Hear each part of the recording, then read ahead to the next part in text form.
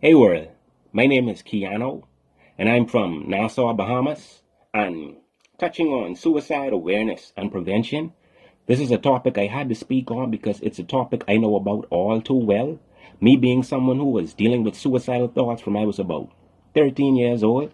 I'm 34 years old now, and every now and then I still deal with those thoughts. It's not as much as it used to be. However, it's still a reoccurring thing. Let's just say I know what it's like to go to bed at night excited with the idea that maybe tonight will be the night that I go to sleep and don't wake back up because of being so tired and so fed up with life itself and the way things are in this crazy world, and just feeling insignificant or feeling like a nobody in this world, as if your life does not amount to anything. I know what it's like to have to deal with low self-esteem, insecurity, lack of confidence.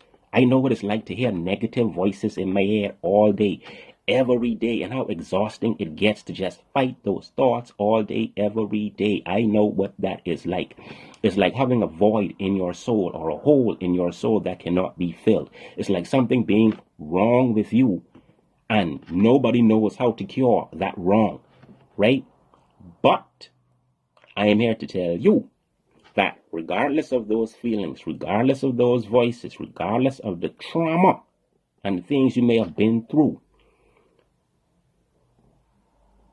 what I would recommend, I am not a doctor, but what I would recommend to combat that, you have to develop a strong sense of purpose. You have to know who you are. You have to discover yourself. You have to go within and unlock the mystery that is you. You have to identify your gifts, your talents, your ambitions, your abilities, your powers. You have to unlock it, because what that does, it gives you a sense of identity, a sense of belonging, a sense of knowing who you are. And then what that does, it enables you to be able to use your abilities, your gifts, your talents, your passions, to be able to help other people, because that's what it's about. It's about serving. It's not about being served. It's about serving, right? So once you identify yourself and you know yourself and you unlock yourself, it gives you a renewed sense of living, a renewed sense of purpose, a renewed sense of why you're here. It makes sense to you as to why you're here. And it makes sense to you as to why this precious gift called life was given to you. As hard as it may seem, it is a precious gift. Life is a precious gift. What makes it intolerable? What makes it hard? What makes it difficult to deal with is not knowing yourself. Not knowing why you're here. It's like walking around aimlessly in life.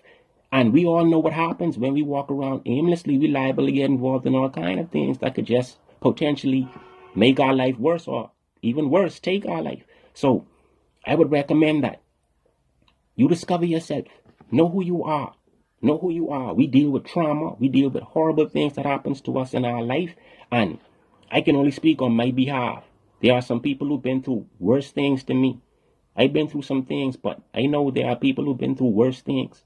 And the only thing I could recommend is that you know who you are. Know that what you've been through, what you're going through, it's for a cause and it's for a greater cause. You can help someone who's going through it also. You might be strong enough to deal with it, to cope with it, but someone else might be able to. They mightn't be able to actually deal with it, and they might be on the brink of giving up. And you being able to survive can help them survive. So it's about giving back. It's about serving. So once you identify who you are and you learn yourself, your gifts, your passions, your talents, it will make you want to live another day. In my humble opinion, I give thanks.